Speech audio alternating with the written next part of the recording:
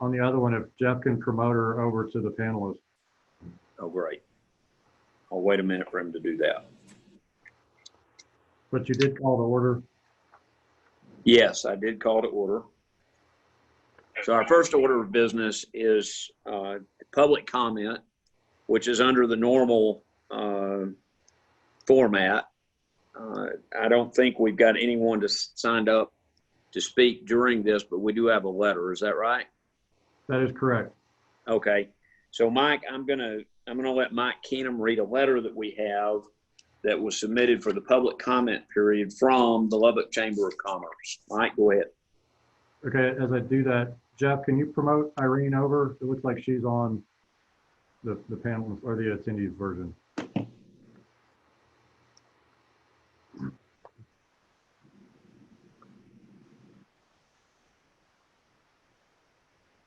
Okay, I'll go ahead and read. So this is from Lubbock Chamber of Commerce, Norma Rich Johnson, Executive Vice President, 1500 Broadway, Suite 101.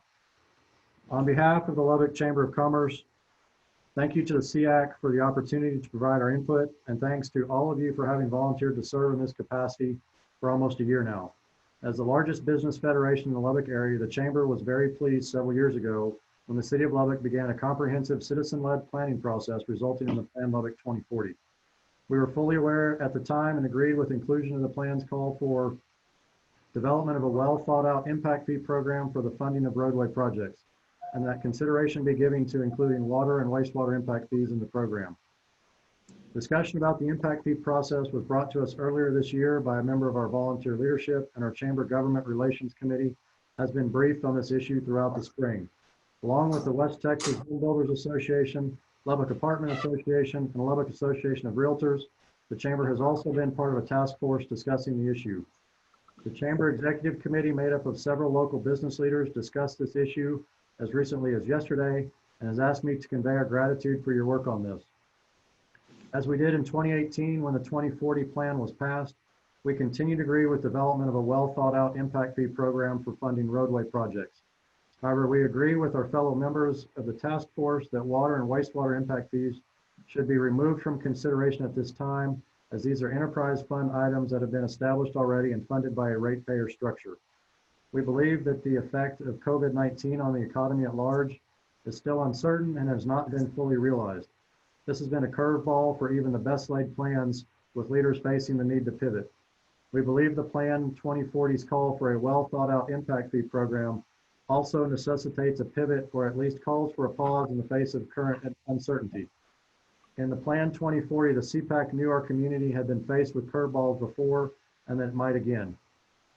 For instance, even on page 73 of the plan, when recommending the city use the average annual compound growth rate of 2.5% for the work this committee would do, it closed the recommendation by advising, it is important to keep in mind that population projections are subject to change and can be impacted by a number of factors such as the local and national economies and the real estate market.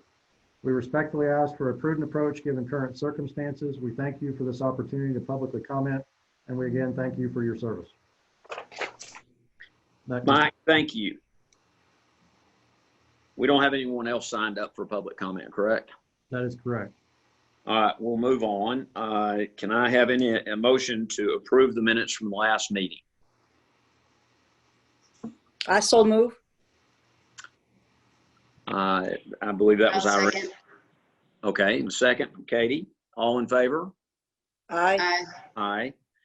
Okay, it's unanimous. All right, now we'll move to the main purpose of our meeting today. We have 6 people who are signed up to speak, and in this format, we have the ability, after they speak, to have some back and forth discussion with them. So again, we have 6 people signed up to speak. I'm going to announce the order in which we'll invite them to speak, and this is in the order that they signed up. Jordan Wheatley, Paul Stell, Gary Andrews, Dax Reinitz, Chris Berry, and Ken Harlan. We have an hour allotted for this part of our meeting. I can extend that if it makes sense to do so later, but I'm going to ask everybody try to approach this, the speakers, with the idea of having about 10 minutes each. So hopefully your comments will be such that we'll have some time for some discussion afterwards. I'm also going to request you to stay present in case we want to have some further discussion when everyone gets finished. So with that said, Mr. Wheatley, I'm going to recognize you.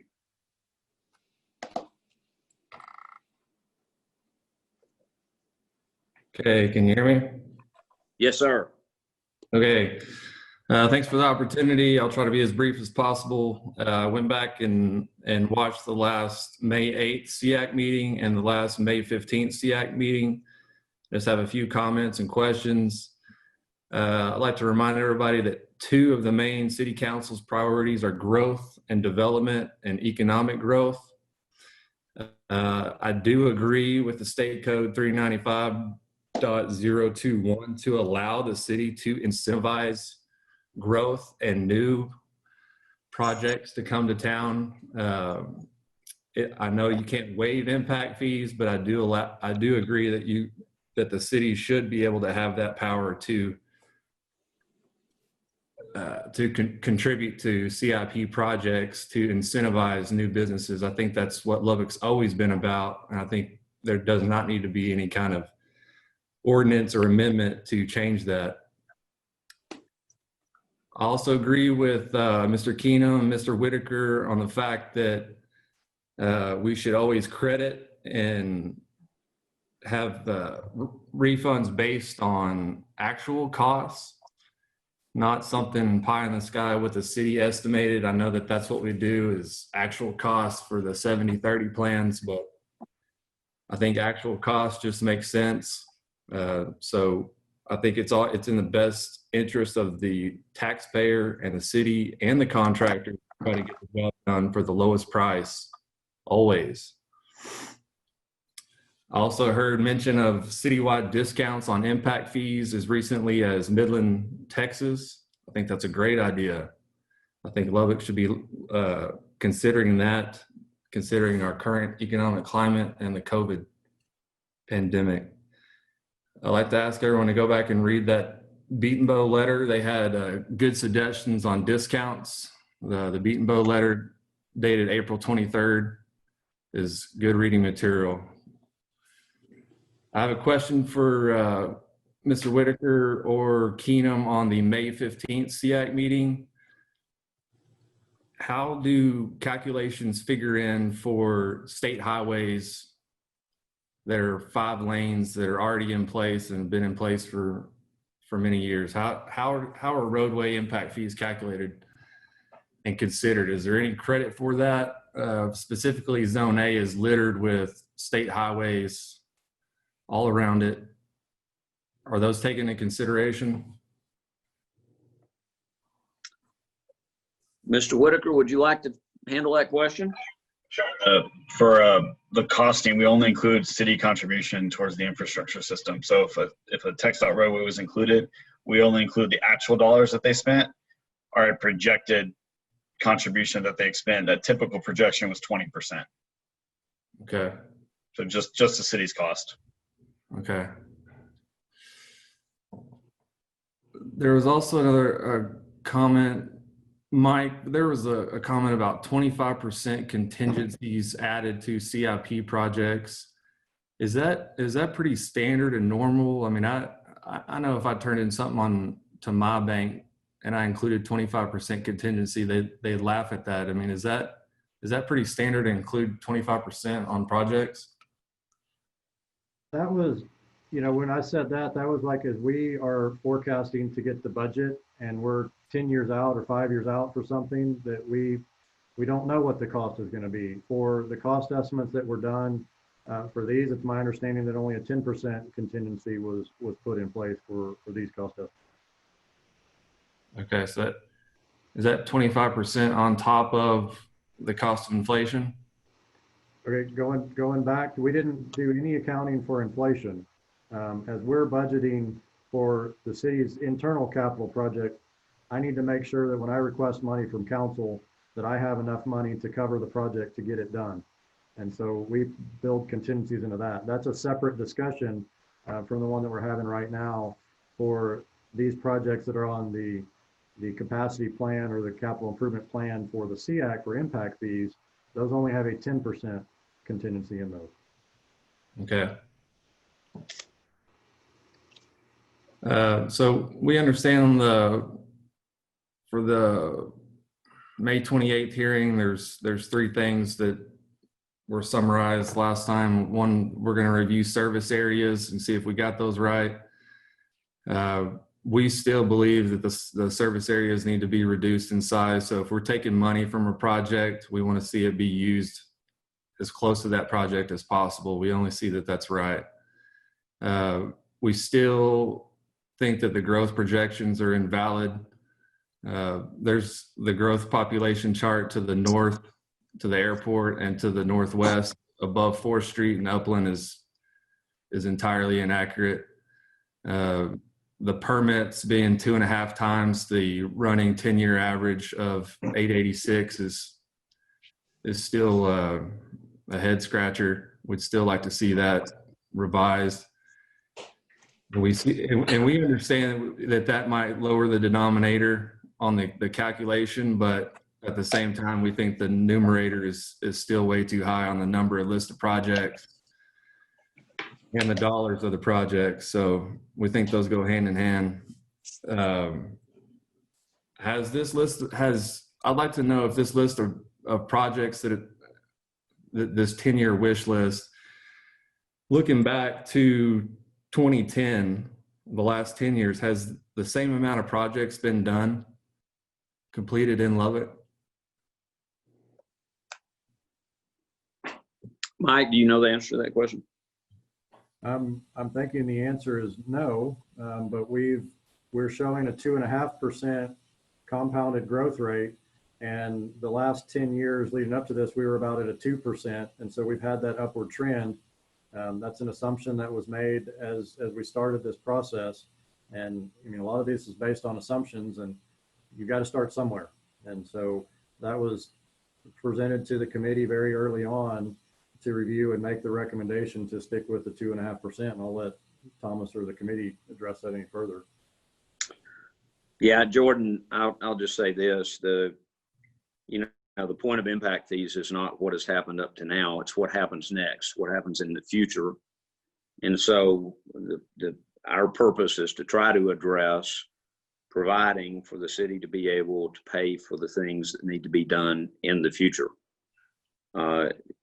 So that doesn't mean every one of those things is going to be done. I'll tie in the question about service areas to this. If you reduce service areas, you defeat the purpose of impact fees. The idea of impact fees is to increase the ability to build infrastructure sooner, not later. And if you decrease the size of service areas, the money can only be spent within a service area. And so if you take an area and you cut it into 4 pieces, each one of those is only raising 1/4 as much money as the total is as you go along. So the larger piece would raise X amount of money and be able to do a project somewhere within the service area sooner rather than later. And that's the whole purpose of this. The state changed the minimum service areas from 3 miles to 6 miles not that long ago for exactly that reason, to try to generate the ability to do projects that need to be done sooner rather than later. Do you have anything else, Jordan? Yeah, I do. Just back on your first comment, I don't think that we can ignore where Lubbock's been the last 10 years to plan for the next 10 years. I mean, we have historic permits and a historic chart on population. I don't think that those need to be ignored. And we still have submitted questions from April 23rd, May 1st, and May 4th that are still unanswered. And we think that those questions are very valid, and people have spent a lot of time on these questions, specifically on Exhibit A, Exhibit B. We spent days and days in these on formulating these questions. There's projects listed that have been done. There's projects listed that have already been approved with prior funds. There's projects on Tech Campus. The list goes on and on. But we're going to ask these questions again at council, and then I guess council will ask you guys again. So at some point, we hope to get answers on these questions that we've formulated. Okay. Does anyone have any questions for Mr. Wheatley? Anyone on the committee? Thomas, could I clarify one Yes. of my responses? Mr. Keenum. So Jordan had asked, the last 10 years, have we built this many projects? And, kind of thinking back, trying to answer that on the fly is hard. We've spent a lot of money on infrastructure, especially water and sewer. I would say that we've probably spent easily $100 million over the last 10 years on each water and sewer projects. Roadway, we've built a lot of roadways as well. We would like to be able to build more. And so this is, again, a tool in the toolbox to help build the infrastructure to allow you guys to continue to grow. And so I can go look and see what we've spent on projects over the last 10 years, but I'm pretty sure it's going to be a pretty big number. Thank you. Mr. Wheatley, thank you for your time. With that, I'm going to recognize Paul Stell.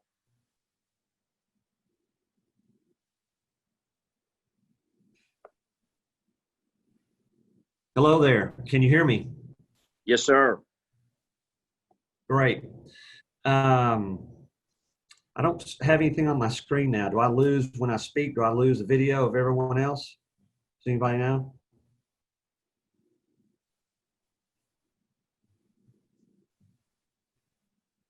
Hello?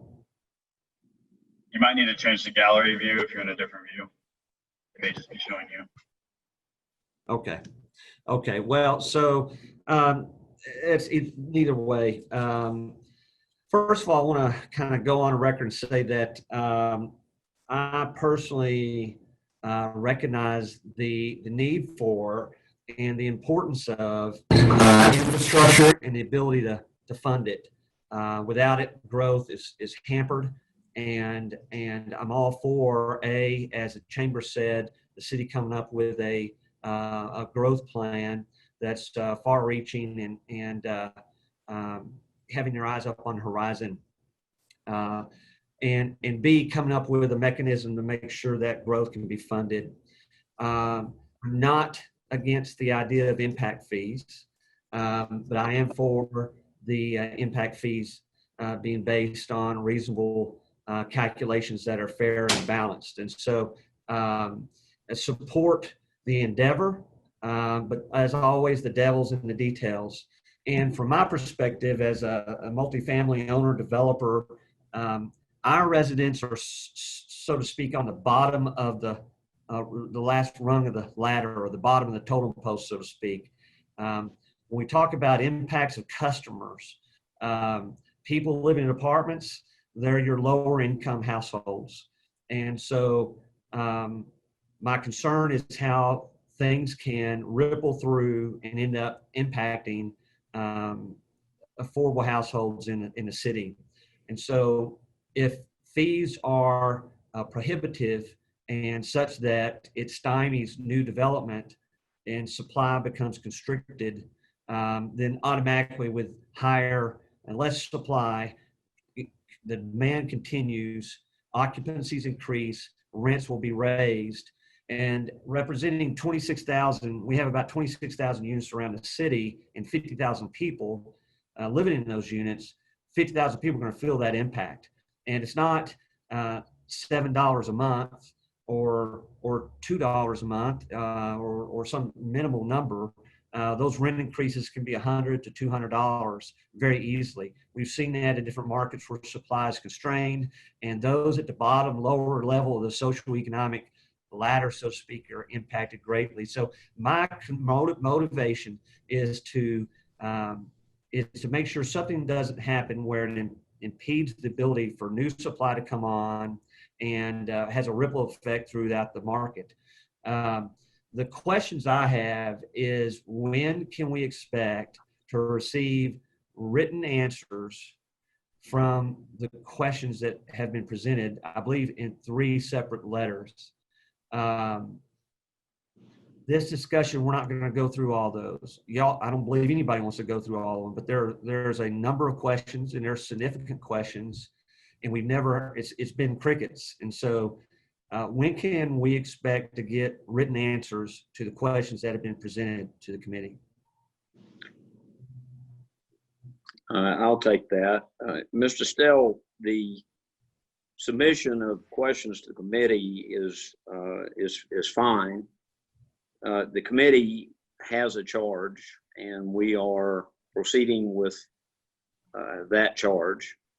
Many of the answers in that letter, in the questions that you reference, some have been answered, some will be answered in the process. It's not a matter of crickets. If you've attended all of our meetings, you know some of those questions are already have been addressed, and others will be addressed. And at a time that we consider appropriate, we'll address any that are not, but we'll address those in the normal course of business. We won't stop just to answer those questions. They're all perfectly fine questions, and none of them will be ignored. And right now, I think that's the best answer I can give you. Okay. Thomas, I mean, respectfully, it's been 6 weeks or close to 2 months, and I certainly understand y'all's charge, but to say you'll answer them and as y'all feel time is needed, it concerns me. I don't feel like very many of them have been answered, and I guess you're saying basically you'll get them when you get them. Am I understanding that correctly? I mean, I'm not. Well, Paul, what I'm saying is that the committee is not here to accept a list of questions and answer them immediately or in the time frame set by someone else. As I said, many of these questions have been answered or will be answered in due course in our process, and I'll give you the assurance that none of them will be ignored. But there's not a time frame that says the committee is obligated to respond to written questions within a certain amount of time. So I understand. That's my answer. None of them will be ignored. I'll assure you of that. Okay, thank you, Thomas. Yes, sir. From my perspective, my concern is really with the details in the plan, because the plan sets the overall framework. I am concerned with what Jordan pointed out, growth rates that are, in my opinion, not justifiable. We can look at the last 10 years, as Mike pointed out, but the last 10 years has been an unprecedented time of expansion. And even in that unprecedented length of expansion, we have not been consistently at 2%, and at 2.5%, I think that's excessive. But so I have concerns about growth rates and how that manifests itself in household formation, location of that growth around north and northeast Lubbock, and how it ripples through and impacts on the numbers. Also, cost estimates. We're kind of scratching our head on some numbers, and so that's why we've presented questions about that and would like to get some insight on that. And in service areas, and I certainly appreciate your answer earlier on service areas, and I see the logic behind that, but those are my concerns or details within that plan.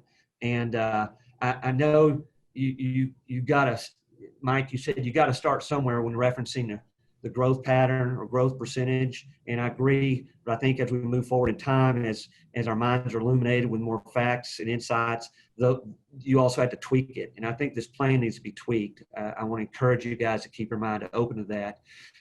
I do not speak for the Lubbock Apartment Association. As a past president, I'm certainly involved with them. Drew Gray would normally be here to represent them, but I anticipate they are, and what I understand, They are likewise supporting a street impact fee, but not in support of a water, sewer, wastewater being included in this. And I would reference, Mike, your comments. The city has successfully spent, you said, at least $100 million in projects like that over the last several years, and done so through the single ratepayer system and other mechanisms the city are using for growth. And so I will expect, as an association, will be kind of standing behind what Chamber of Commerce mentioned and supporting a streets-only impact fee. And our concern, again, is how it ripples across to our affordable residents. So thank you for giving me time to talk. And I look forward to getting answers to those questions that are presented. Thank you, Thomas. Paul, thanks. I have one question for you. Yes, sir. Our committee discussed and voted and decided to follow on the 2.5% growth rate that was adopted by the CPAC committee.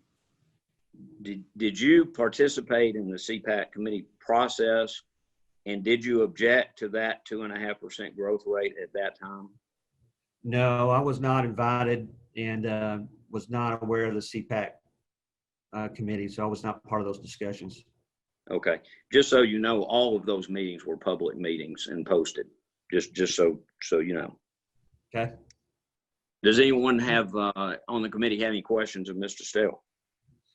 I have a couple thoughts that have come to mind with Jordan and Paul's comments. I would like to take a moment to see if, out of curiosity, if Jeff could answer specifically the question about projects on Tech's campus. We as a committee have not ever discussed that. I've not personally reviewed that in the project. So could you speak to how that may or may not affect anything as we move forward, Jeff? There's one project that was identified in Service Area H, and through the review with the city, we identified that as a potential project. And so Service Area H, if you recall, is the one service area that's very low, which there's been some things, are we even going to have an impact fee in that service area? But if that's the one project in that service area, and it was identified, kind of went through the review process as a potential capital project. And just because it's on, if it's on Tech's property and it's a road that's not built, it's still part of the city of Lubbock's thoroughfare plan. The city of Lubbock could build that roadway, just like the city of Lubbock could build another roadway through any private property, through any choose of the mechanism. So that is a discussion to have, but it's no different than any other roadway on the thoroughfare plan. So when the council reviews our plan on the 28th, that's something they could consider, as well as growth rates and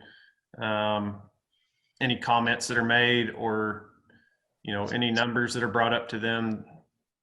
Absolutely. They really have 3 courses of action they can do. They can approve as is. They can approve with comments, like, for example, what you just said, we approve your capacity plan for roadway, except we recommend removing that roadway on Service Area H. They could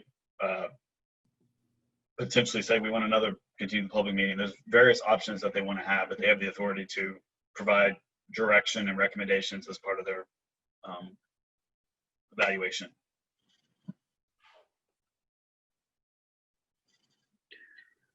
Anyone else have any questions for Mr. Stell? All right, with that, I'm going to move on and recognize Gary Andrews. Gary, I want to tell you up front, we're running a little bit long. So to the extent that you can run through a little quicker than we have, all the better, but no worries. Just from logistical, I'm having a problem finding Gary's name on here.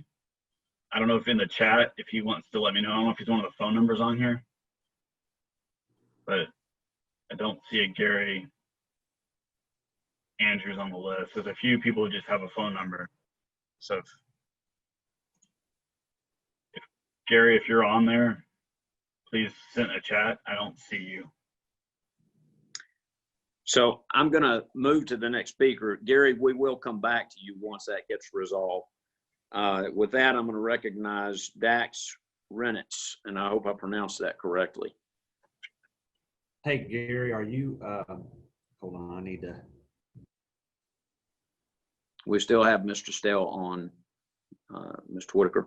Yep, I just got Dax on. I'm looking for. Okay. Mr. Reinitz, are you on with us? I am. Can you hear me, Thomas?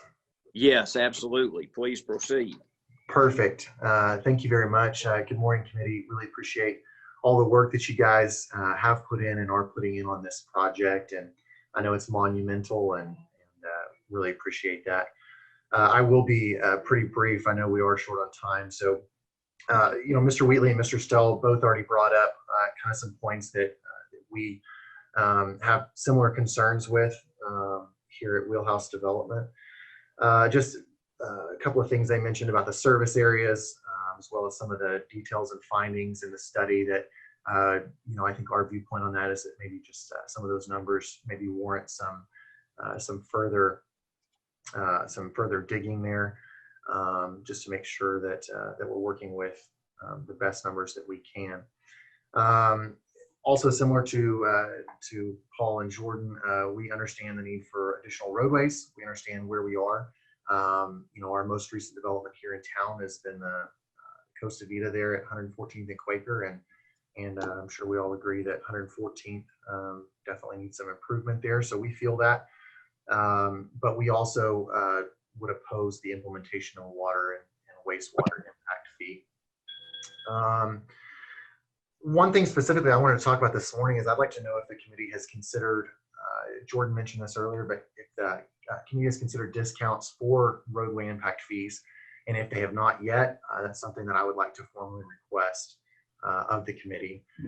There's other municipalities here in Texas, as well as around the nation, that offer discounts to impact fees based on predetermined criteria that are applied in certain scenarios. For example, maybe projects that are being developed along a roadway that's either already built to capacity or will be built to the proper capacity within a certain time period for platting. Maybe if the developer provides a traffic study that shows that the development is going to produce fewer trips than what's anticipated or what's average for the area. There are certain municipalities that use a list of qualifying uses for discounts, or there's also municipalities that have certain thresholds for capital investments where there's discounts that are offered, or if the city brings in, or I'm sorry, if the development brings in a certain number of jobs to the city, things like that, different criteria that can be used to apply those discounts. And then what we've seen in other municipalities, those discounts can be cumulative, and so you can, if you meet multiple criteria for those discounts, those can be cumulative to help offset those impact fees.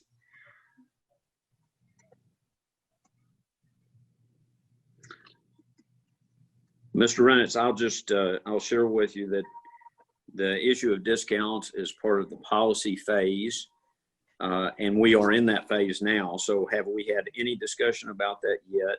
Yes, we have. Will we have a lot more before we come to a final conclusion?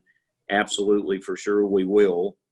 And ultimately, that issue will make its way into our final recommendations. Okay, very good. Thank you, Mr. Payne. Thanks for your time. Jeff, have you got Gary teed up now? Okay, I'll move on and recognize Chris Berry.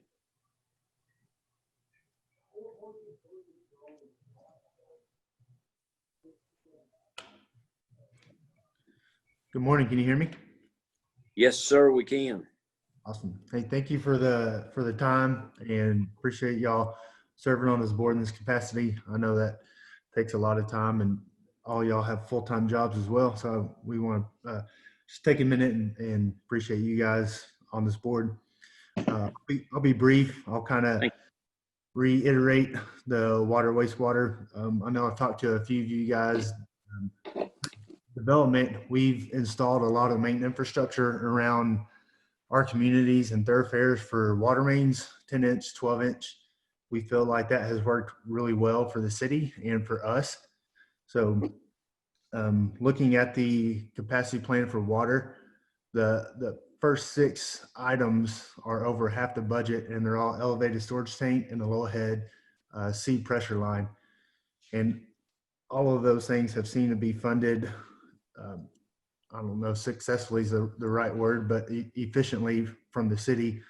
So I'm assuming the city's doing a good job getting those bid out and built in a efficient manner for funds. So I would like to just reiterate the stance of assessing a zero cost for water, wastewater, or not including those at this time. And one question I wanted to talk about was, as developers have installed infrastructure, third lane, for example, on University or a lift station, have we thought about the capacity for developers to have some of that attached as credit once impact fees get implemented for infrastructure that's been installed by the developer?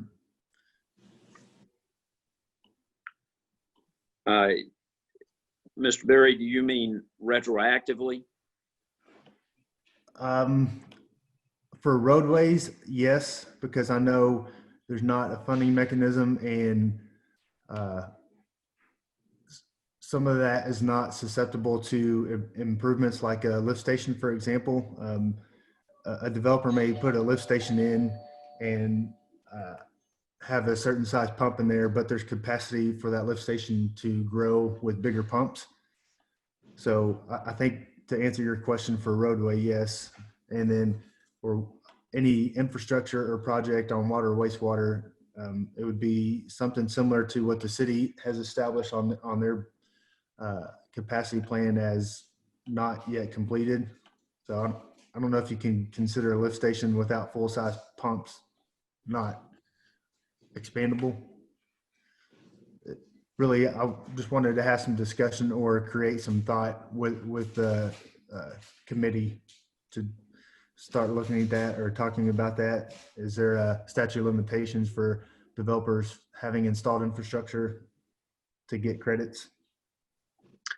So, Mr. Berry, I'll answer you this way, and then I'll defer to Mr. Whitaker if he wants to second guess me here. But it's my understanding in regard to the University Avenue project that because what was built recently is still almost 100% an asphalt roadway, and because thoroughfares in Lubbock in their final form are all concrete, I don't believe, even if retroactivity was in the picture, I don't think any of those dollars would be eligible because what was built is not in a final form.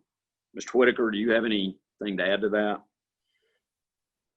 Not knowing all the details of the case, the short answer is if a developer's putting in capacity, they have the opportunity to apply for an offset or credit. And so it may be that a portion of that infrastructure that's built could be applicable, but we'd have to dive into the details. But the short answer is if a developer is building some additional capacity, they have the opportunity to apply for an offset agreement and work towards that. And so there's a potential, I have to get more details on the case, that some of that could be potential, but it may not be 100% allowable.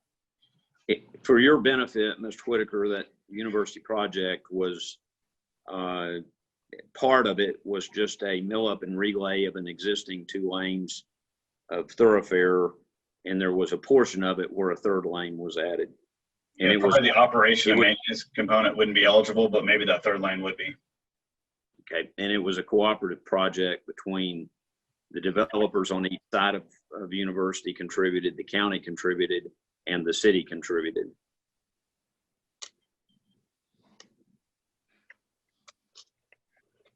Mr. Berry, anything else? Yes, I was looking at some more of the capacity plan that involves some of Beaton Bow's service areas. And I noticed there were a lot of the street lights. So maybe just looking at some of the capacity plan, for example, there's a street light on the plan for 146 and Avenue U And one that's a half mile intersection there. And I didn't know if that's standard for the city to put a street light at that intersection for a half mile, or if they were just mainly on the thoroughfare connections at every mile. And that kind of is also in the middle of a playa lake. And I know that roadway is also on the plan to be improved, but that seemed a little bit farther than 10 years. And I know some of this is speculation.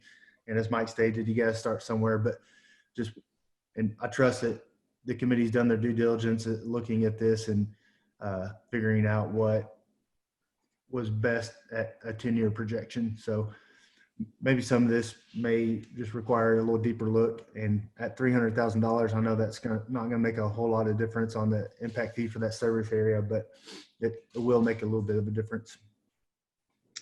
So, Mr. Berry, the city typically, in terms of their long-range plans, does plan to have lights at the half-mile collector intersections. And Mike, you may want to chime in, but I believe that the timing of when they install those lights is generally based on traffic counts. Isn't that right? That is correct. And also, just to reiterate, the roadways aren't a project-specific thing. We identified that universe of projects, and so we've identified all of the roadways in each service area for full build-out. And the cost gets translated into the amount of growth that would occur within that 10-year window. And so, you know, Chris, as you mentioned, that there's 146 is on the list in the next 10 years. That is not necessarily an accurate statement. It's on the service area because that is a street that would need to be built out at some point in full build out. But we don't have a list of projects on the roadways to say which one would be built in the next 10 years. We went with the universe of projects approach to say, here's all of the arterials, all of the signal improvements that would be needed. And then you pare it down based on the growth to say, this is the amount that would be needed within that 10-year window. And I think service area A is the one that we've focused on a lot, to say the universe of projects was like, and I'm making the numbers up, but it's close, 147 million. And you get down to that recoverable cost and say 37 million of that within the 10-year window. And so you pare it down quite a bit, and then that gets chopped in half again. So, and within that service area, we have the flexibility on how development occurs of which projects would be recommended for being built. It's specific to intersections. This question is in that service area on the universe of projects. In the 10 years, we're projecting probably roughly 2 signals to be built in that area. So if you actually look at what growth is, it's about 2 signals. Okay. So it may not be that specific signal. We had more than 2 signals on there, but when we look at the top cost attributable to growth, which we discussed in the 15th meeting, you know, it was for all the signals in service area A, and that the 10-year growth is paying for it, 700,000, while the total signal cost was 3 million, just like Mike said. So it's not that specific signal that may be built in 10 years. It's really 2 signals in 10 years. Okay. I appreciate the explanation. And the last thing I'll leave you with is we wanted to maybe throw out the idea as we start getting into the phases of the detail and the cost of everything about collecting impact fees at C of O. And I know this may not be the venue for that, but I just want to start throwing some ideas out as we got a captive audience for impact fees instead of that permit, maybe C of O. And that's all I had. Okay. Does anyone on the committee have any questions of Mr. Berry? All right, with that said, I'm going to recognize Mr. Harlan. First, I want to ask Jeff, have we got Mr. Andrews teed up yet? According to Paul, he's not going to make it today. He thought he was signing up to listen. Okay, great. Thank you. So we're doing great on time, that being the case. So I'm going to recognize Ken Harlan. He's our last scheduled speaker. Okay, thank you, Mr. Payne. Yes, sir.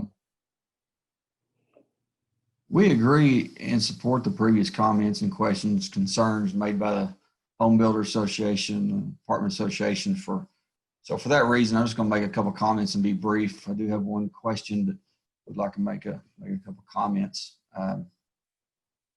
The National Association of Realtors is recognizing that housing affordability and housing shortage issues that the industry is facing today and will be facing over the next several years. And this pandemic that we're in right now is only going to make that worse. And we won't begin to see the effects of the real estate, how it affects real estate in the coming months. It may be into 2021 before we really see the effects of everything. About the time this impact fee could be put into place. At the rate the Treasury is printing money right now, the economists believe we'll be in inflation. We'll see inflation rates like we saw in the 70s, not today or next year, but 3 or 5 years down the road. We feel that care needs to be taken, creating a plan that will cost citizens and businesses additional money during that time. And this will cause the loss of affordable housing in Lubbock, whether it's a homeowner, a rental unit, or multifamily housing. We understand the need for funding and growth and agree to a certain extent a funding mechanism is needed. However, at this time, we just can't support a plan that with unanswered questions and inaccuracies. This has wastewater, water needs to be completely removed along with current and existing roadway projects. Future roadway projects has been stated previously would be considered. The report needs to be updated realistic growth rates, especially in certain service areas or zones. Right now, the Real Estate Center at Texas A&M is working on a study to see how impact fees are affecting the communities in Texas that have already implemented them. I'm curious to see how this report we'll see the results of this report and feel the city should wait to see how this report shows the impact fees work on cities, and then come up with a plan that would be good for the city, Lubbock, the citizens and businesses. So I'm curious to know, how does this committee feel the impact fees your report projects will affect affordable housing, economy, and growth in y'all's mind? Mr. Harlan, the first thing I would say is we have not projected impact fees at this time. We are in the policy phase of this discussion, and it is within the policy phase that the committee is forming and will form its final recommendation to the council as to the structure of impact fees, including all issues. For example, the issue of discounts was mentioned. That's also part of what will be in our final recommendations to council. So we don't at this time project or have projected impact fees. All we have right now is a calculation of maximum impact fees. We're now in the discussion of what our recommendation is going to be in terms of policy, be that discounts or otherwise. So that's where we're at on that. Does that answer your question? Well, kind of, but not really. So you're saying you're not projecting fees, but your report's going to back to the council will inevitably produce an impact fee that will be passed along to homeowners and renters in our community. I mean, we've seen that. Is that not accurate? Well, let me clarify just a little bit. When I understood your question about projection to be in regard to what the actual details of the amount of the impact fees would be. But I'll even speak to the other issue in terms of projecting impact fees at all. The charge of this committee is to make recommendations to the city council in regard to impact fees. The authority, all of the authority, 100% of the authority in regard to enacting impact fees at all, and if enacted, what the final form of that will look like, always rests with the city council. So no matter what the CAC committee recommends to the council, that is not a controlling recommendation. It is only a recommendation. The council then will take that under advisement, have a public hearing, and the council will ultimately determine what impact fees are going to look like in Lubbock, Texas, if they are enacted. And just to be clear, even if the CAC committee recommends that they be enacted, that does not obligate the council to do that. The council always has the authority to do whatever they want to do. and change any recommendations we make in any way they want to change those. Does that make sense? Yes. I've got a question for Ken. This is Andy Bean. With your experience and your knowledge from the realtor's point of view, specific to Lubbock, pre-coronavirus and generally pre-impact fee conversations, how were inventory levels looking on new and existing homes? Well, we're in a shortage right now. We don't have, our highest percentage of sales is under 200,000, and it doesn't matter if it's new, existing, or new projects. We're in shortage of that inventory right now. That's where 65% of our sales come from. And the builders are having a hard time even producing a product in that price range. And so that's what our concern is that when you add a fee onto lot prices or wherever, that cost is just going to go up, and we'll no longer be able to provide that type of affordable housing. Yeah. So that compounded with Mr. Stell's comment earlier about if you can't, the developers or the builders of apartments can't continue to produce more supply and the demand remains consistent or increases in the lower price points. That seems to be a major concern that we as a committee need to take into account as we make these policy decisions and recommendations that, as Thomas mentioned, are only recommendations, but the council will, I would think, take a lot of interest in, as we've been a committee reviewing this for over a year, or about a year now. So Ken, I was just curious too, so I asked about pre-coronavirus and pre-impact fee conversation, but where are we at today with all of that locally on inventory as far as supply goes? Well, when you have that discussion about inventory, you got to break it down in price ranges. So when you look at under 200,000, we're under a month's supply of inventory. You look over 200,000, 200 to 300,000, you get into the 3 and 4 months of supply of inventory. And then when you get up over 400 and 500,000, you get up to 6 and 9 months worth of inventory. So it really all just depends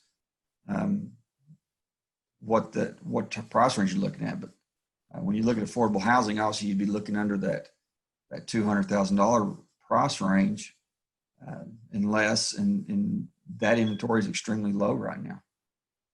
It was before the pandemic and pre-corona, and during and now afterwards. What we're seeing, what we saw during that time was really sellers kind of remained calm and didn't panic, and we saw some price reductions, but they didn't panic, and they kept their houses priced at that price. And when we still had sales, Lubbock really pretty much fared very well through the pandemic so far. But we are, to answer your question, pre-coronavirus and right now, we are extremely low on inventory in that price range. Mr. Bean, anything else? I was just thinking compounded, whether you kind of look at it from two perspectives is when you're low on inventory and the demand remains consistent, as Mr. Stell pointed out, rents can go up. In this case, it becomes a seller's market and prices go up on home sales. And then you look at it from just, okay, so let's go construct some more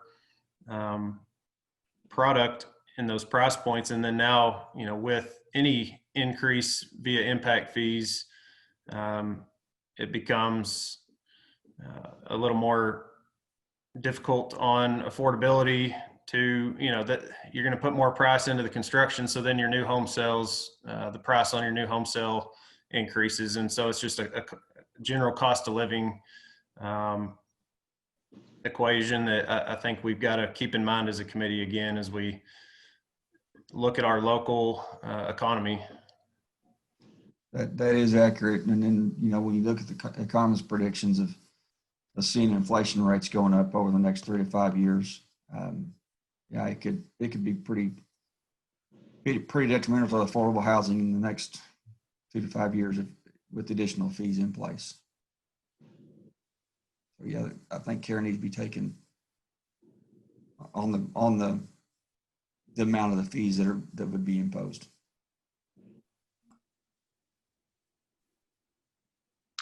Mr. Harlan, anything else? That's it. Thank you.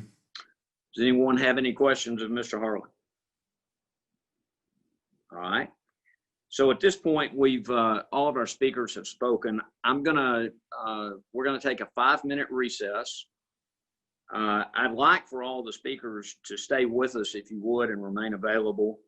We'll have a question or two when we come back. And with that, we'll take a 5-minute recess. Thank you.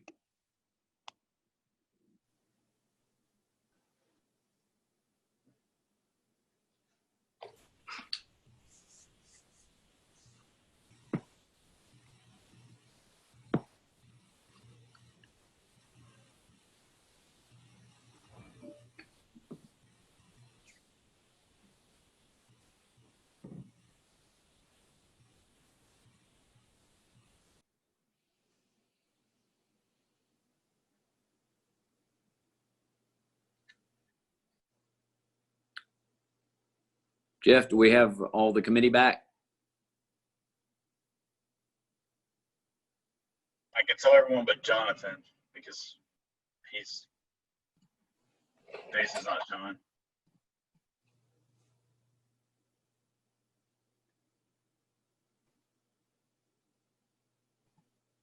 Can't tell if Jonathan's back or not.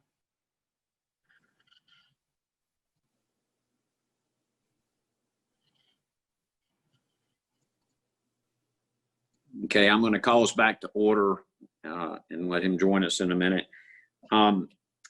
First, does anyone on the committee have any questions of any of our speakers today or any comments? Okay, I'm going to ask, Jeff, is Mr. Stell still with us? Yep.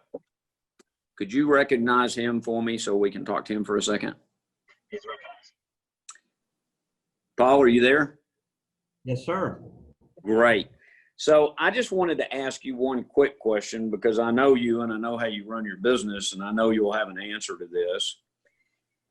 Over the last year, and if you want to expand that and talk about more than 1 year, but I'm interested in knowing what the rate of increase in your construction cost has been in regard to your typical projects. Well, over probably the last couple of years, construction costs have increased fairly aggressively. It depends on what type of, whether you're talking materials or labor and specifically which element of each. Those have increased due to the booming economy. Again, supply demand. It's been hard to, everybody's building and it's driven cost up. Can you give us some idea? Can you quantify that at all? Percentage wise? No, I really can't. It kind of runs the gamut. Again, it depends on whether we're talking materials like lumber or it'd be really hard to say on average. Can you give me a minimum growth rate in those costs? 5%. Okay, thank you very much.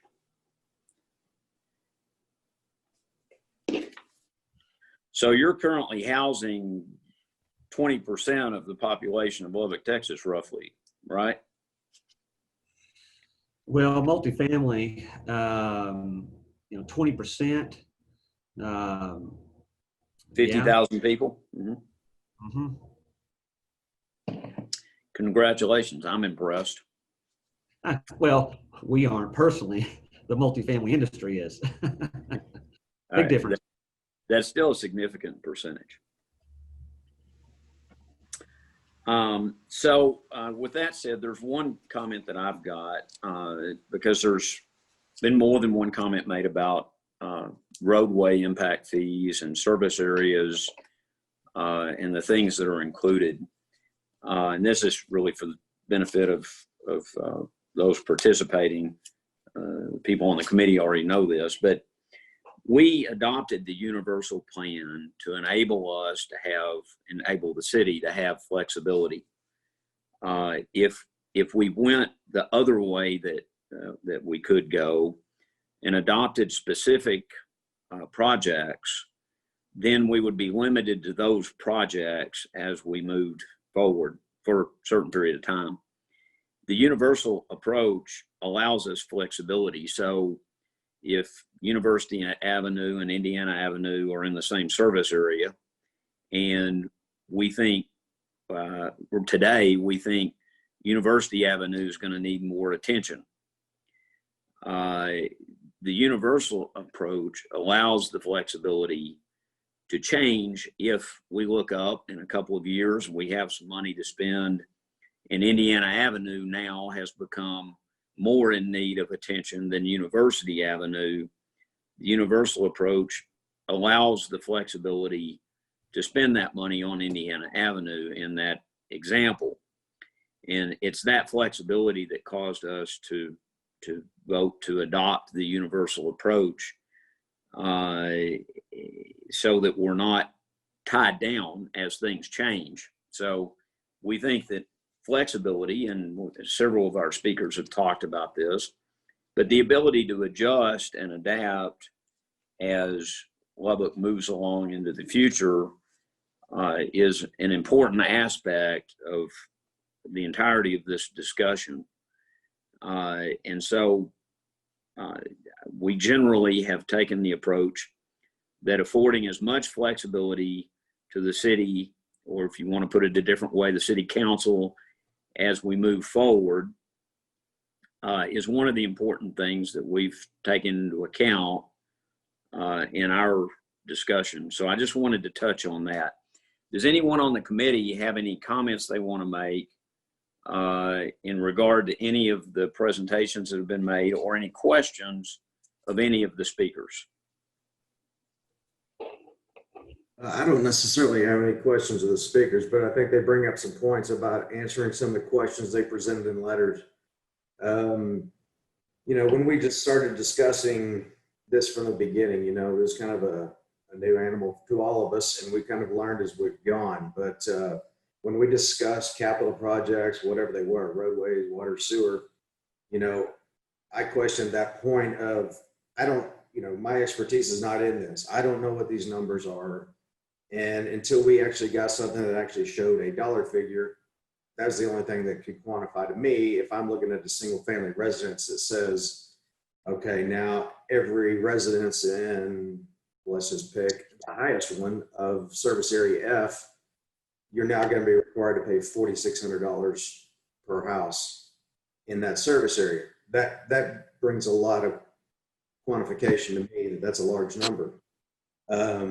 So then I think that's when we start thinking about what's driving that number up, and is there a way to get it down to get it more reasonable? And I think that's where some of these questions arise from, of taking out existing projects and getting that number back down to a reasonable amount.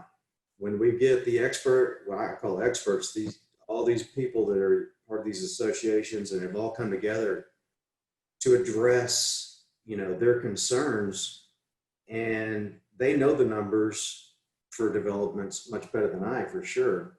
But if they've got specific questions, I think it's our responsibility to take some of these and get some real numbers.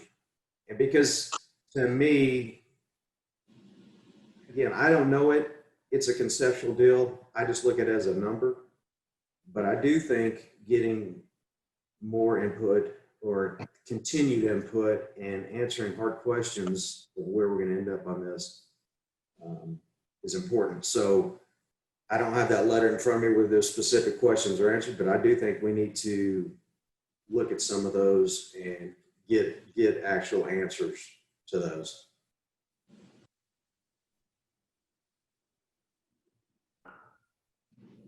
Okay, is there anything particular you'd like to put before us to answer? Again, part I of it? don't have that. I don't have that. Like some of those letters that were I would submitted. just maybe if Jordan Wheatley's still on the call, I know this has been important and recurring for him. Maybe to get us started, I kind of started the ball rolling by asking the Texas Tech question because that was something that stuck in my mind when he was running through a few of them. But while Jordan's on the call, maybe he could pose his top 3 questions, and then we could come back next Friday and see what, Jeff or the committee or whoever it may be, Mike, city staff comes up with as some solid answers to those questions, and then just start marking them off. So I don't know if Jordan's still on the call, but maybe he could pose his top 3 questions that he feels like have remained unanswered. I see Paul and Jordan have both raised their hand. I think would like to get back in. Jordan, per Andy's instruction. Great. And if you want me to put Paul on, I can as well. Yeah, go ahead and put him on with us. We can take both of them at the same time. Mr. Wheatley? Yes, sir. I'm here. So the idea has been proposed to allow you to ask your 3 most important questions and see if we can address those today. So with that, what questions would you like to ask? They're all in my email. I emailed it you and Mike Keenum on May 4th. I understand. I'm asking you to tell us what questions you would like for us to answer now. Well, there's no commercial calculations. Why are some projects 4 times the cost of a real life cost? Why is the population so out of whack? Why is permits 2.5 times? Wait, let me interrupt you. I let me allowed you finish. 3 questions. You've exceeded your limit. You always interrupt. Let me finish. Exhibit A and B from the engineers. I mean, guys spent days on that. Those are legit questions. And then how are prior agreements that us developers have already pledged at city council to do, how are those going to be treated? So I'm going to pick out some of those questions. First one is to the population issue, and I assume by that you mean growth rate. We've addressed that question many times.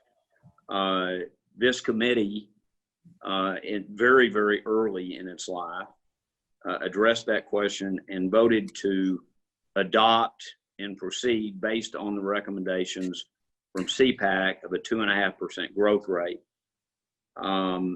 So your question about existing agreements is an interesting one. Mr. Whitaker, do you want to speak to that question?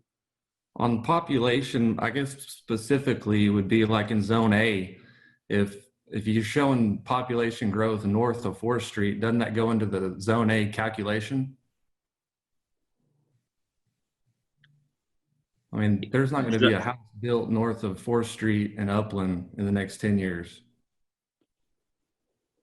But yet it shows high density population growth. So does that not go into the calculation for Zone A?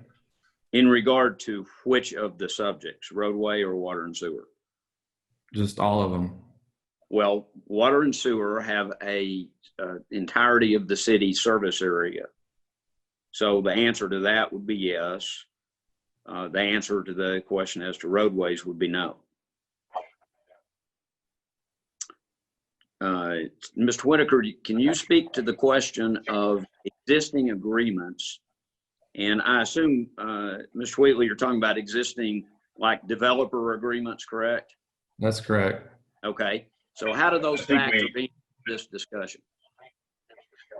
So this somewhat comes to the earlier question about university. I think that's a similar agreement that was brought up that we talked about, is that there was an agreement in place and impact fees were adopted. And if it's an existing agreement, you would have a year grace period for state law. So there's a year grace period to pull the permit. But after that year grace period, they would apply for an offset just like anything else. So if there was an agreement in place, and they built roadway infrastructure for capacity, they would receive offsets towards that capacity that they built. If there's an agreement in place and they did not do roadway infrastructure and the year grace period is passed, they would pay an impact fee. So that is the simplest format without any other policy decisions that this committee would make. And so on the issue of, or the question of retroactivity, is that a policy issue that can be included or excluded, or is that a legal issue and it cannot be included? Minimum requirement is if you're already platted, you have a year grace period. But if they did build a impact fee eligible project or a capacity project on the plan, they would have to receive offsets per state law. Anything beyond that is a policy decision, that as long as it's more aggressive than what state law requires, if that makes sense. Yes, it does. Thomas, can I interject for a second? Yeah, Mr. Keenum. To speak to Jordan's question about the growth and the population projections. And so, we started with the 2.5% growth rate that was recommended by your group. And Jordan, just so you understand, so that equates to roughly 76,000 new people in the city of Lubbock in the next 10 years, if you go with a 2.5% assumption. And so the way that the process works is you take that 76,000 people, and based on the land use plan that was adopted with the comprehensive plan, where do you put all those people? So based on where available land is, based on the land uses that are out there, you have to put those 76,000 people somewhere. And part of the assumption is no annexation with that. So in the existing city limits, where do they go? And so based on building trends and things and land use availability, that's kind of how that gets divvied up and distributed throughout the city. To say, okay, we think that's too many there. Well, where do you put them? Again, everybody's kind of looking in their crystal ball and going with the best scientific approach and engineering approach that we can based on the information available to say, we've got this many people, here's the land uses that are available within the city limits. This is where it tends to make sense to go.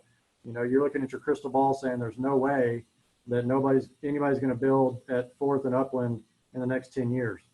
I would submit to you that 5 years ago, I think we would have all said nobody in their right mind is going to build on 50th Street west of Milwaukee. And that came out of the blue. We didn't think that was ever going to happen, and it did. It just depends on where growth trends happen, and none of us have a clear crystal ball to know that. So we're a lot of it's based on assumptions, but we try to put as much science into it as we can, and not just throwing darts at a wall to say we think that looks good. I think one of the committee members mentioned that if we change, the population, it might change the capacity projects a little bit. So one of the things that impact fees are calculating is a per unit growth cost. That's what really, at the result of our study, at the end of the day, we're trying to calculate a per capacity usage growth cost. The great things about impact fees is if someone comes, you have the funds to infrastructure buy it, but if the growth does not happen in service area A, the infrastructure is not needed, no one pays the fee.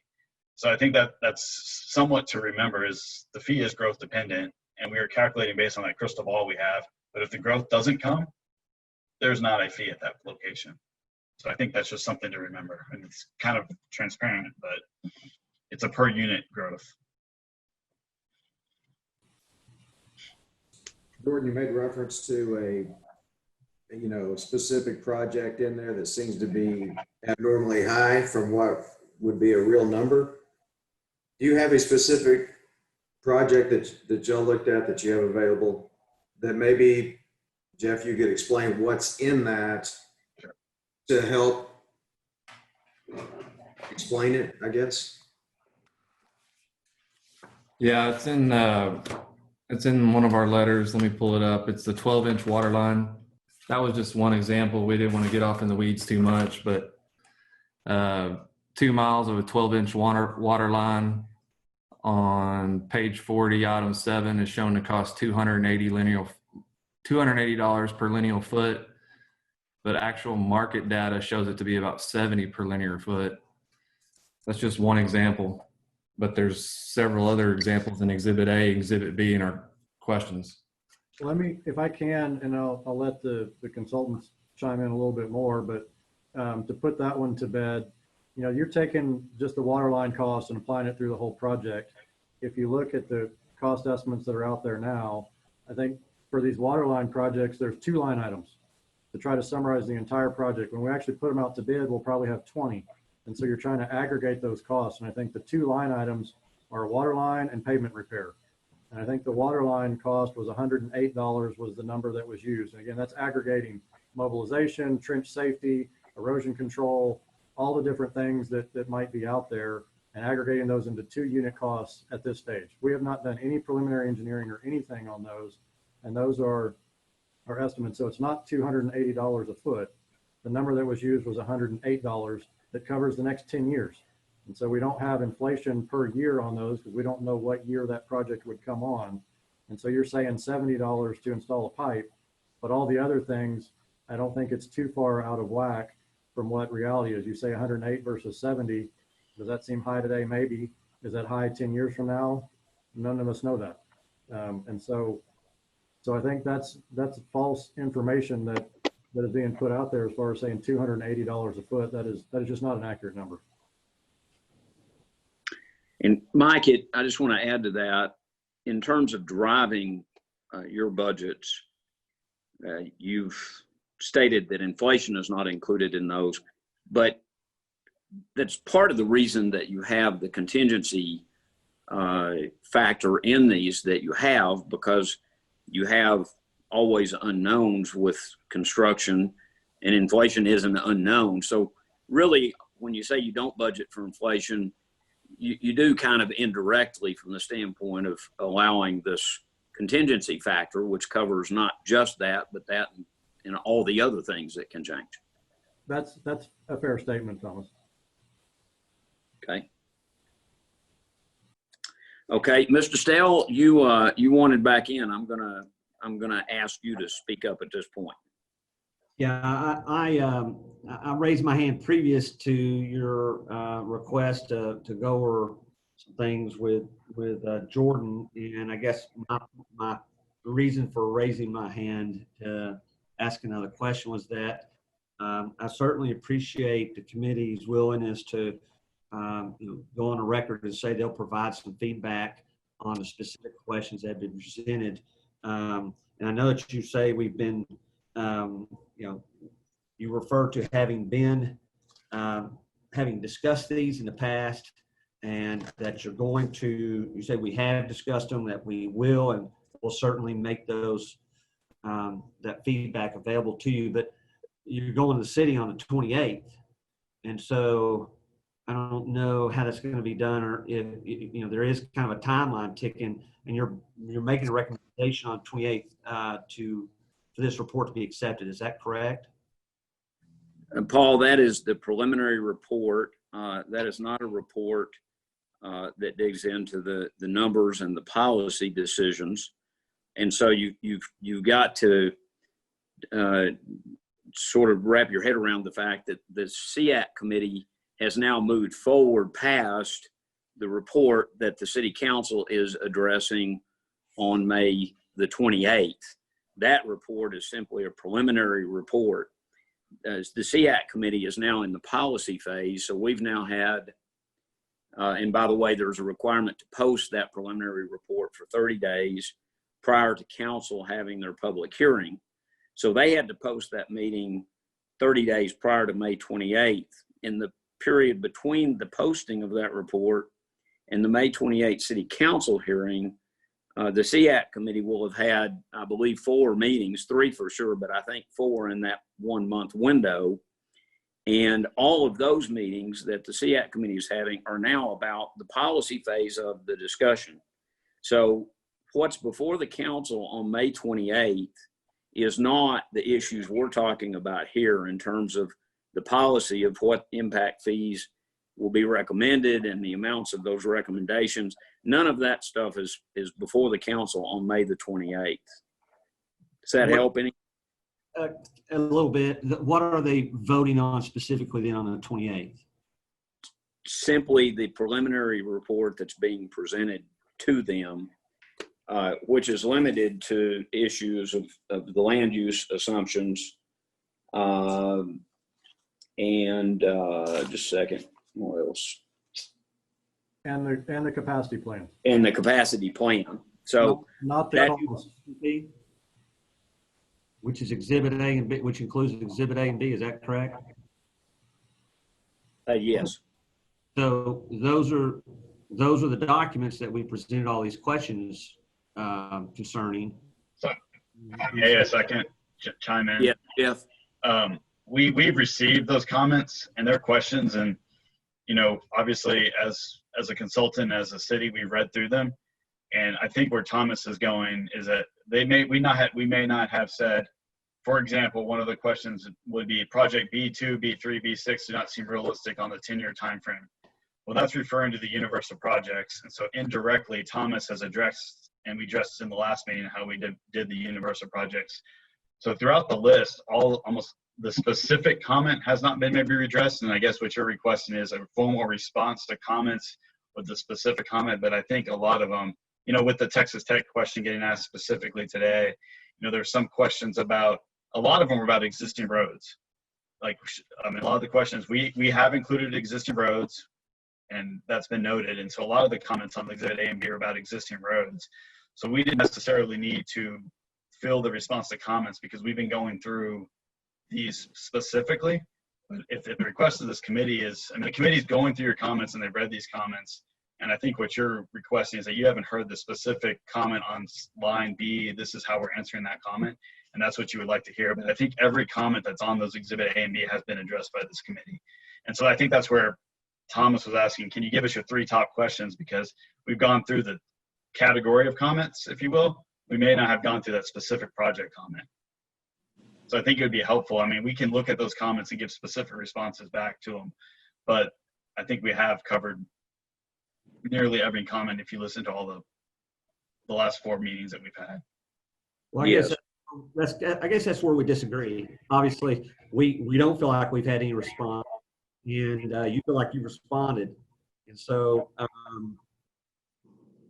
I think we feel like we're issues that, hey, we've talked about this in the past, we're going to think about it some more, and we'll get back. And the clock is ticking, May 28th next week. And okay, you want us to prioritize the top 3. We prioritize our questions, they're on the paper. And I can understand, I guess, from a committee, you're saying, hey, we're doing our job for the city council. Maybe our job isn't to have to answer every question that comes before us from anybody in the community. If that's your position, you can just say that. But I think that's the rub. We don't feel like they're being answered, and maybe we're slow to come around the curve. I often am, but I'll have to take issue with your last comment, Paul, but I'll say this, and Jeff really did a good job of trying to condense my point, which is that it's not the committee's job to take however many questions on a list and provide a written response to that list. That's not our job. Our job is to look at the big picture and come up with what I have called a roadmap that we recommend to city council in regard to impact fees. So, as is always the case with a roadmap, when you start a trip, you may have a plan for how to get from here to New York City, and on the trip, as you move along, you may choose a different path. Our job is to provide the roadmap, the recommendations. The council then, while they're traveling down that road, will look at the various terms that we've recommended, and they may choose to go a different direction on some of those, any of those, or all of those. But I think the place that we're missing is that you have the idea that we're supposed to provide a written response to 20 questions. And what we're saying is that the questions that are being asked have been addressed generally, or will be addressed generally in the context of our presentations from council and our discussions at committee. And so I'm not saying that we've addressed every single individual question, but the concept of the questions about individual projects and how they factor into this picture have certainly been addressed, and not just once, but more than once. And so I think that that's where we're missing a little bit. This is this is not kind of an in the weeds discussion. The projection of costs has been made clear many times at this point, are just that. They're projections, and they're projections on most of the projects, certainly future projects that are involved. There are projections that are based on limited information. So they're projects that the engineering has not been completed on those projects. Some cases maybe not even begun. And so it's necessary to take a flexible approach. And I'll say it this way, just as when you begin evaluating an apartment project, you begin with a certain set of assumptions. And I know that you begin with very liberal assumptions in terms of costs. And as you evaluate the project, you whittle those down to and fine tune those numbers. In this case, there's not a fine tuning process to do now.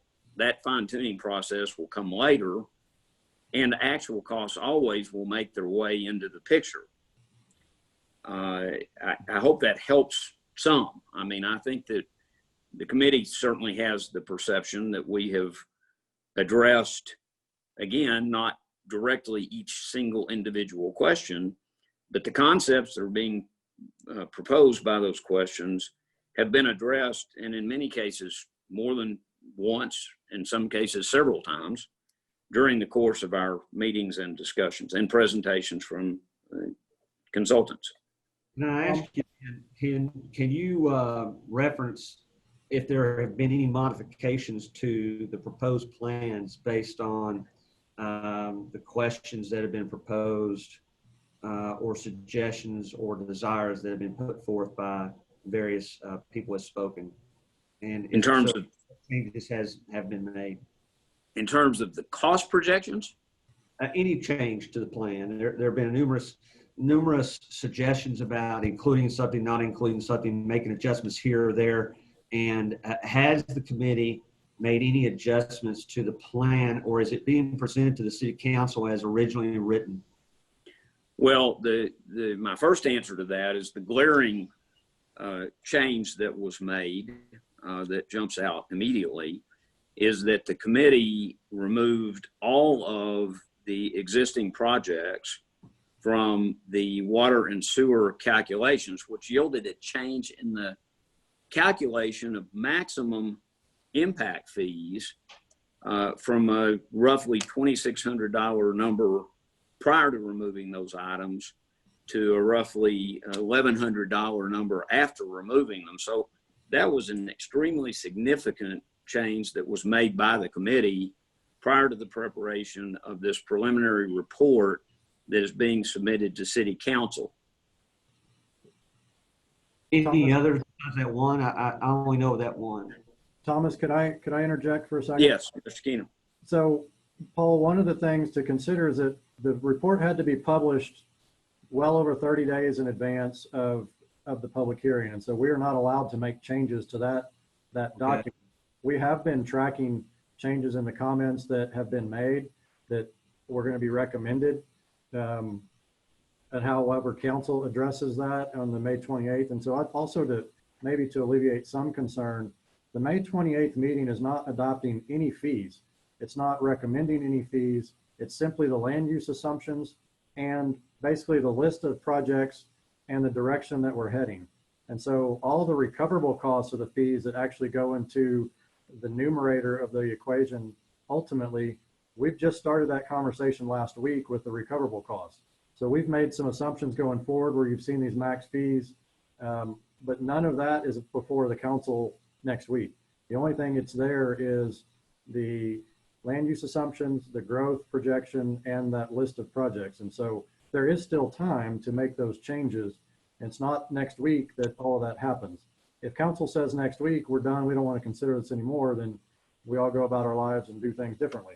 So, and I think some of those questions specifically, we're talking about post recoverable cost numbers that the committee just saw officially for the first time last week. And so, as Thomas said, we haven't addressed all those yet because the process hasn't played out yet. We're in the middle of playing the process out, and trying to jump ahead 5 steps when we're back to step 1 has been a little difficult.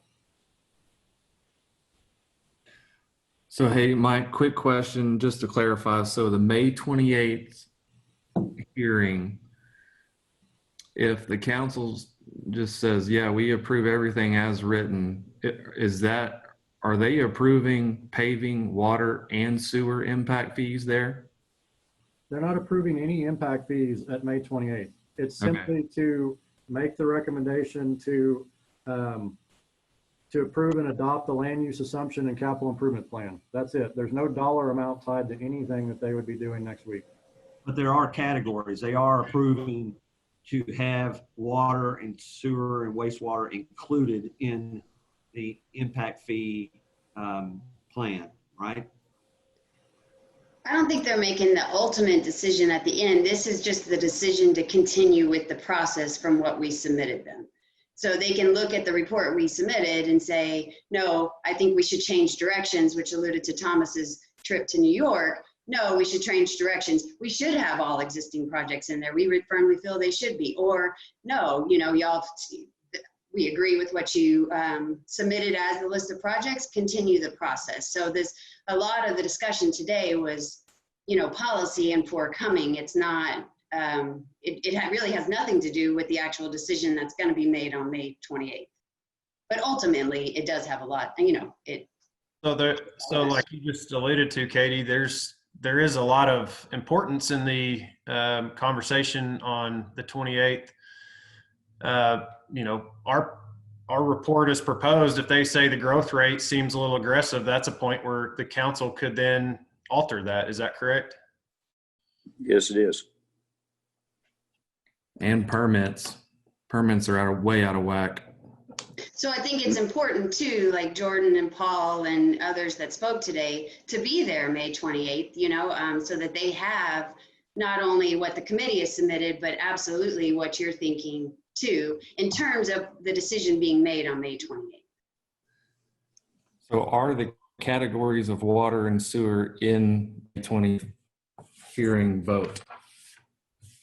Well, as Mike Keenum explained, the city at this meeting is not adopting any impact fees. So are they part of the report from the standpoint that the committee has recommended including them on the list of things to be considered? Yes, that's in the report. And going back to, that was the original charge that council gave this committee, was to evaluate, do the technical analysis for roadway, water, and sewer. And so that is what has been presented back. And so, yes, that is in the report for them to say that's on the list of projects. So this is the reason the 28th public hearing, and I wasn't around 1987 to write the statute, but I believe the reason the 28th public hearings there is when you already have impact fees in place, you only have to have one public hearing. Since you don't have impact fees in place, and this is a new thing, the state law requires you to have 2 public hearings. One, which is what we're having on the 28th. And that's really to get, in my opinion, the public notice that this is the capacity plan, this land use assumptions, to give an opportunity to provide input, which you've provided impact to the CIC, you can provide it to the public. So I mean, to the council. So I think when the state statute was put together, as many communities, the reason I'm going to this is many communities I work in, a lot of times it's very hard to get people engaged until it goes to council. So I think the first public hearing is really to get you engaged. Thankfully, you've already been engaged. We've already been able to talk and understand your comments, and we've made, the changes have been made to the existing projects. Another one was right-of-way was removed from the cost estimates of roadway. There are some other changes that have been made through this process. And I think that, I mean, the real purpose of the May 20th meeting, as I mentioned earlier, council can adopt there's no ordinance being adopted. They're just telling us with resolution to move on with this. You know, they can also say move on with these changes. So we don't know what those changes are. Or they could say, hey, come back to us a week from now or something, or 2 weeks from now. We don't know what council's going to say. But I think the reason that this public hearing, there's 2 public hearings, is to get these input that you're giving to us today. I have a question, Jeff, on the council. This is a pretty big burden for them on the 28th with a lot less information than our committee has at this point. I mean, we have more education than the council by nature. Who or how does it look or play out? Are you going to stand up and say, you know, this is what you're doing? I mean, what you just told us is good to understand, but it seemed, how is the council being prepared for the importance of what they're about to do on the 28th? Well, I may let Mike chime in a little bit on that, but I mean, we gave them a workshop, I think February 11th, which is actually what kind of got the development, the people on this call awareness about it. So we gave them a little bit of education on February 11th, and then I think there's going to be maybe potentially some more education, and then they've probably been following, and the CIC's videos being online, they can follow what's happening.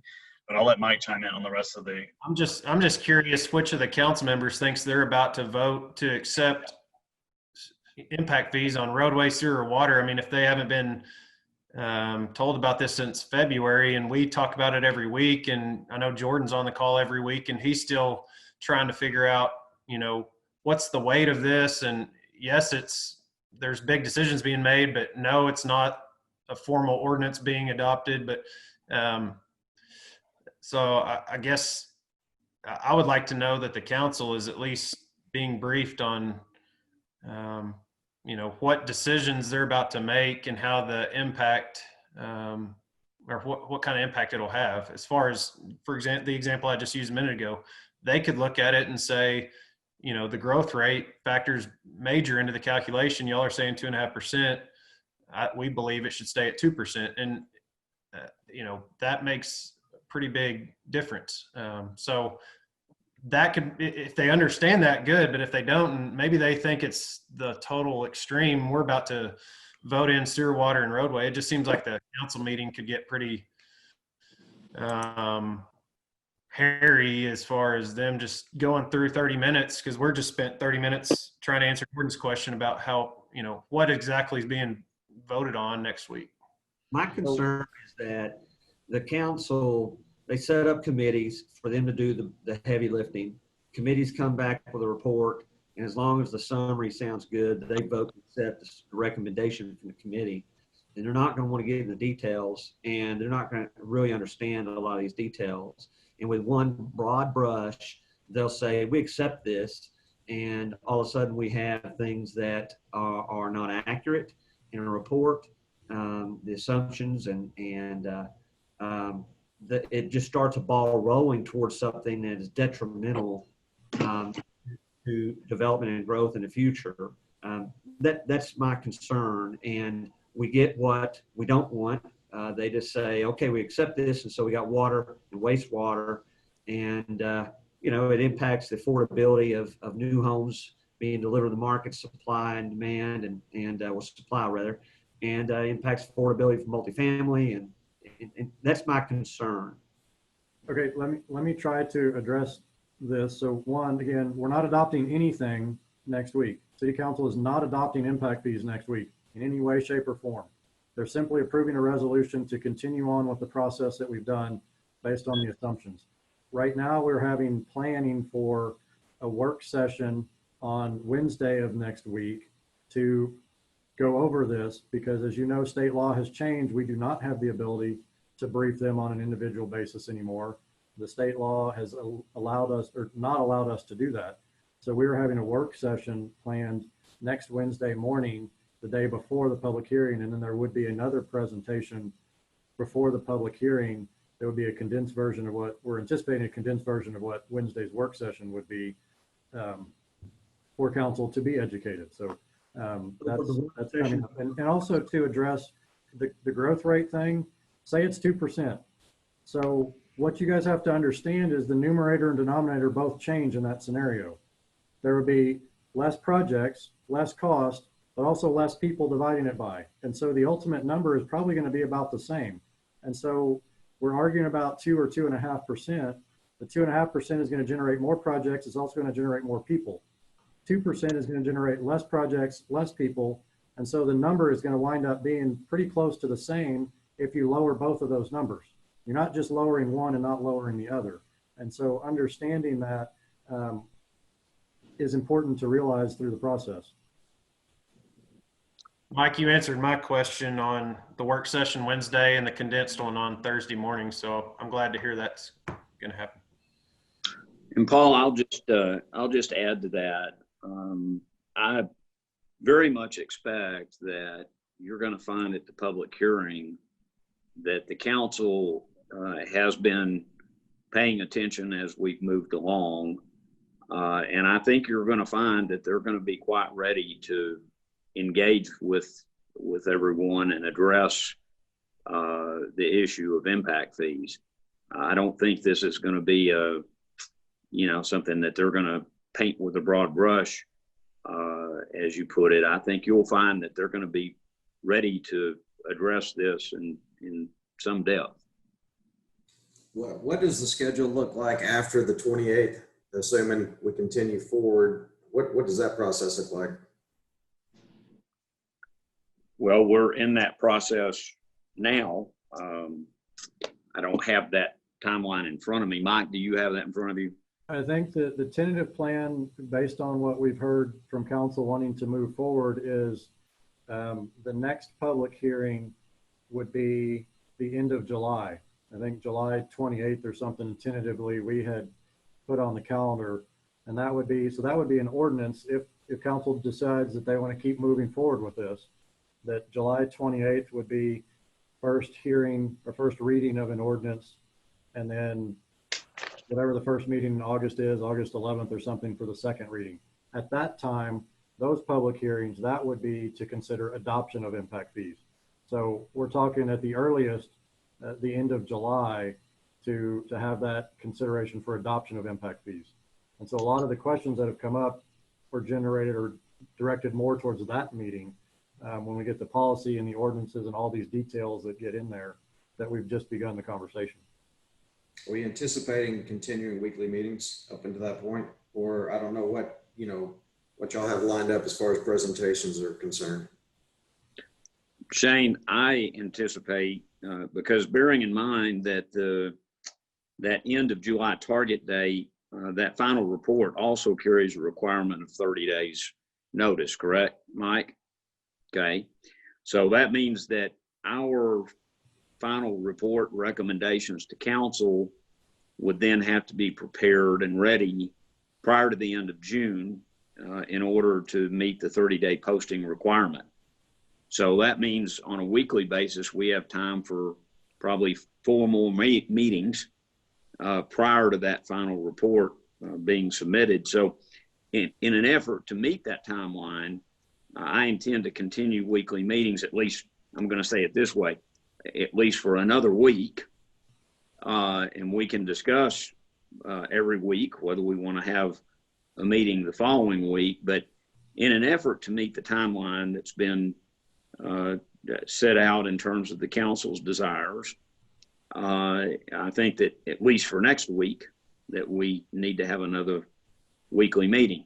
If we get 2 weeks down the road, 3 weeks down the road, and we see that we can't meet that objective, then we certainly will be going back to the council to ask for a delay in that schedule if we need one. But I think that we have to make every effort we can to try to meet the schedule that's been set for us. And then if we can't, then it can be adjusted.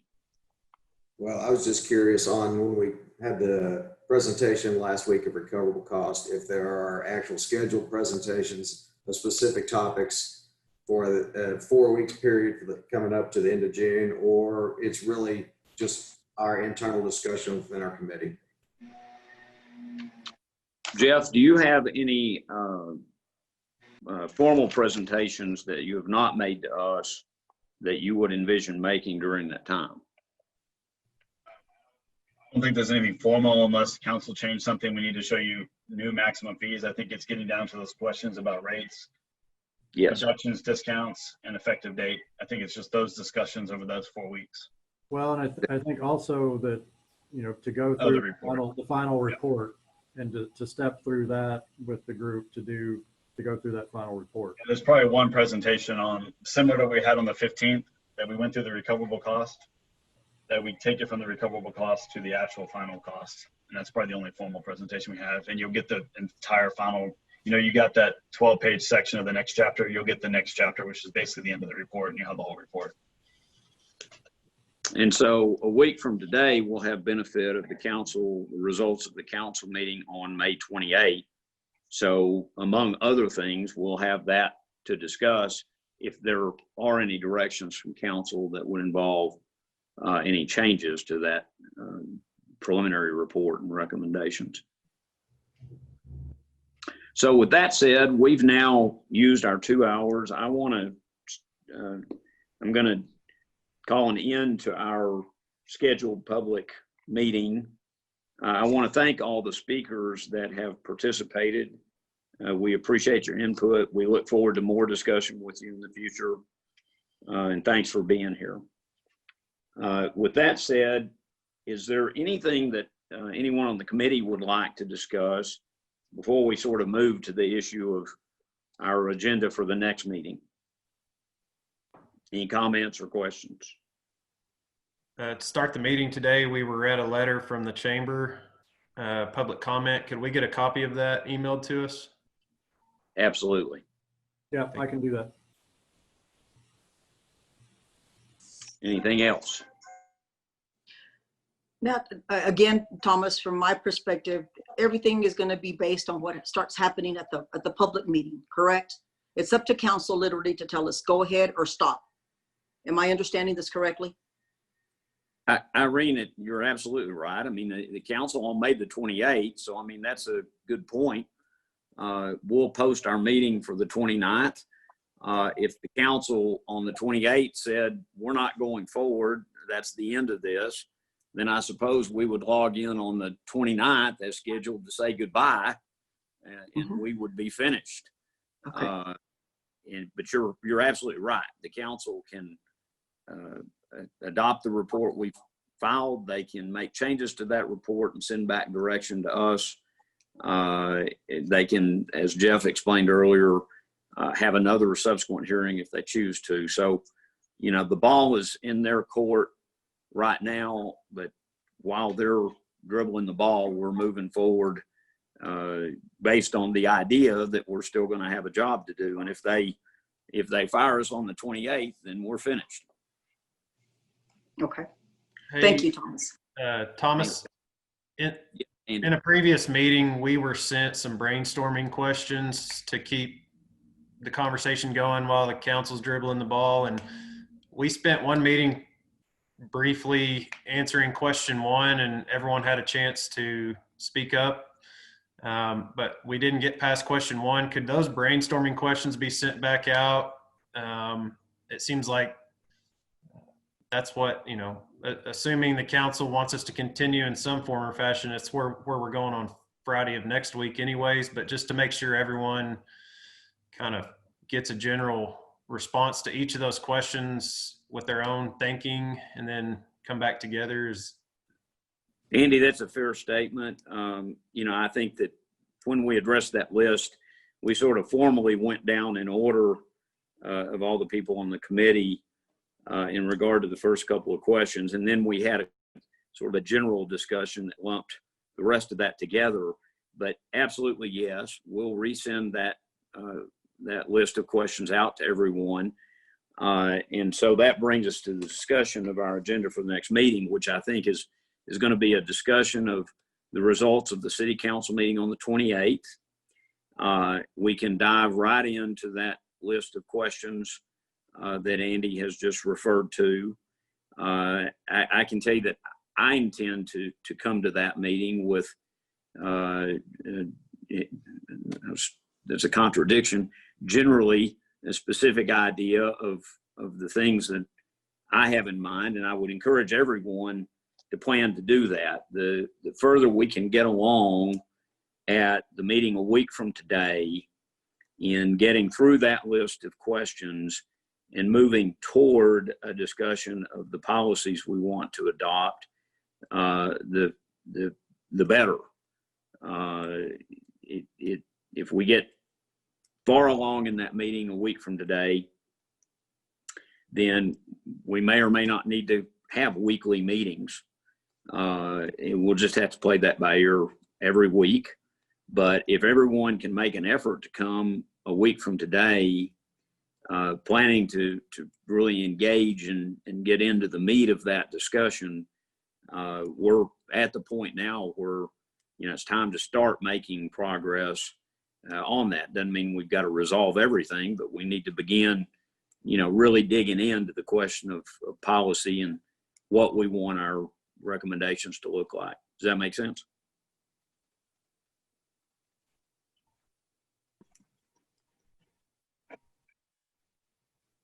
I can already anticipate our committee looking to Jeff for examples of how other cities' best practices on discounts.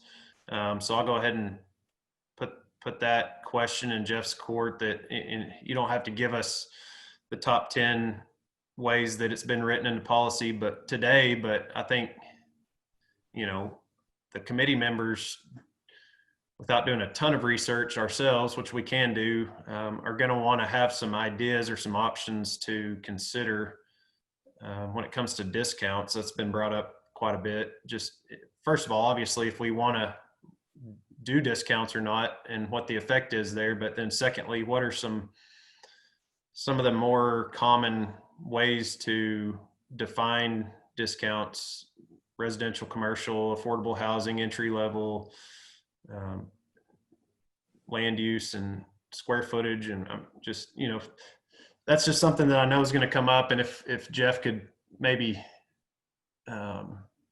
plan a way to get us thinking about that to start off that conversation, I wanted to go ahead and put that out there. April, if you would just include that in our agenda for the next meeting, and we'll certainly plan to dig into that issue further with Jeff next week. Yes, sir.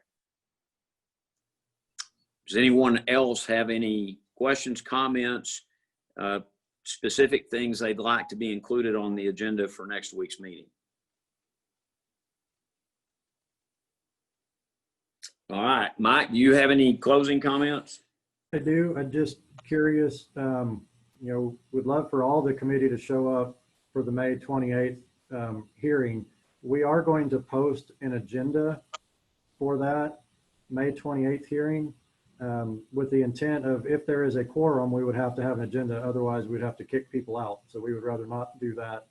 I don't know if there's going to be a remote way to view that. I think the mayor wanted to have an ability for people to see it via Zoom if they didn't feel comfortable showing up in person. So the agenda hopefully the city council agenda will show that, I believe, and we're still working on how that plays out. But again, just, you're all invited to go to that public hearing, and if you want to comment, you have that right. But if you want to just hear the comments, you have that ability as well. Mike? Go ahead, I'm sorry. Sorry to interrupt, Thomas. Yes. Just to clarify, you would have to know today, I believe, right, if there was going to be a quorum in attendance so that you could post a SEAC public meeting in time? We're going to post the agenda anyway,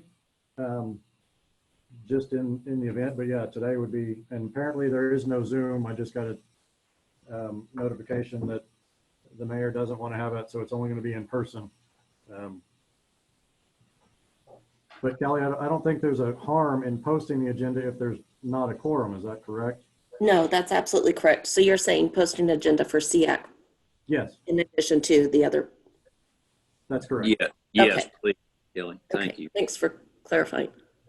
Mike, do you anticipate, in terms of us going to city council meeting, and I understand everyone has a right to speak on their own behalf if they want to, do you anticipate that the city council is going to want to make any effort to have any discussion with SEAC committee or members of the committee about any of the issues that are before them at that meeting? I think that's a very real possibility, at least to hear from you as the chair. But it would not surprise me if they wanted some additional input or insight from you in that regard.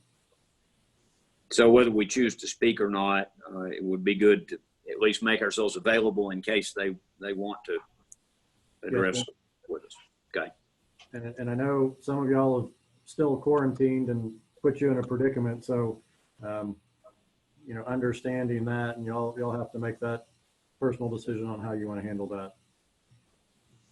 Well, I think my intentions of quarantine are in the process of being interrupted by my daughter's efforts to break out of jail. So getting more and more difficult to contain her. All right. Does anyone else have anything? Jeff, do you have any comments you want to make before we adjourn? I'll come with some slides about what other cities are doing next meeting. Some of those things that Andy brought up. Okay, that'll be great. All right, with that, I'm going to adjourn our meeting for today. Thank you all for your time, and I'll see you next week at 10 o'clock.